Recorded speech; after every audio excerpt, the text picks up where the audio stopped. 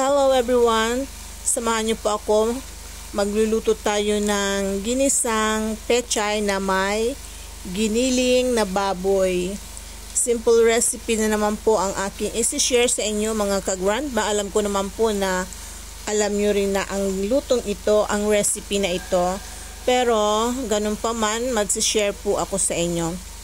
So, umpisahan na po natin ang pagluluto. Madali lang po itong lutuin mga ka-grandma. At konti lang din po ang ingredients. So, nagpainit na po ako ng kawali and then nilagyan na po natin ng mantika. Magigisa po tayo ng sibuyas at bawang.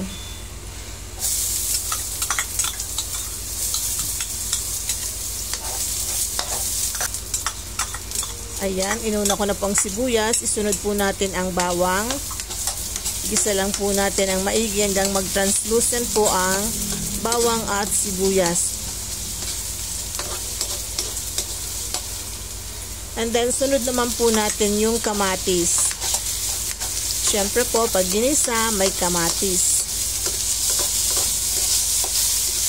Gisa lang po natin ang maigi hanggang sa maluto yung kamatis para po hindi madaling mapanis ang ating nilulutong ulam.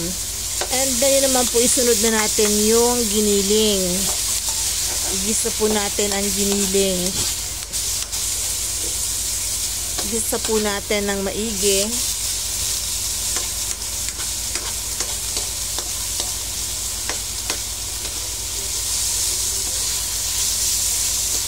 Tapos maglalagay po tayo dito ng konting tubig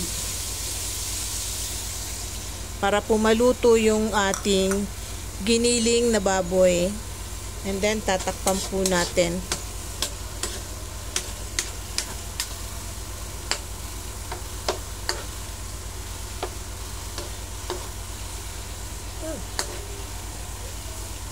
So ayan, takpan po natin hanggang sa maluto yung giniling. So this time po luto na yung ating giniling. Haluin po muna natin bago po natin ilagay ang pechay.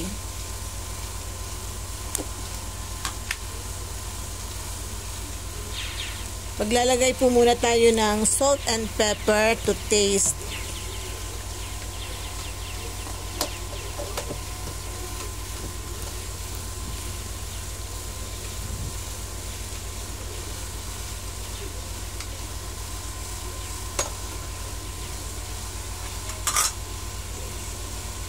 So ngayon naman po ilagay na natin ang pechay.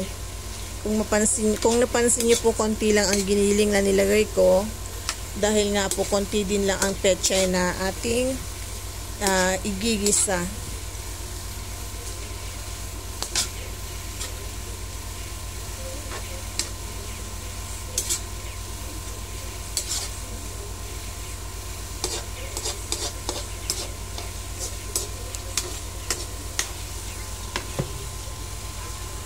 So ngayon naman po takpan natin at hayaan natin maluto ang ating gulay. So ready to serve na po ito mga ka-grandma. Luto na po ang ating ginisang pechay na may giniling na baboy. So ito na po yung ating ginisang pechay na may giniling na baboy or sauteed pechay with ground pork. Sana po nagustuhan niyo ang video na to at kung nagustuhan niyo po, huwag kalimutang mag-like, share, comment, and follow. See you again on my next video. Thank you for watching. Bye. God bless everyone.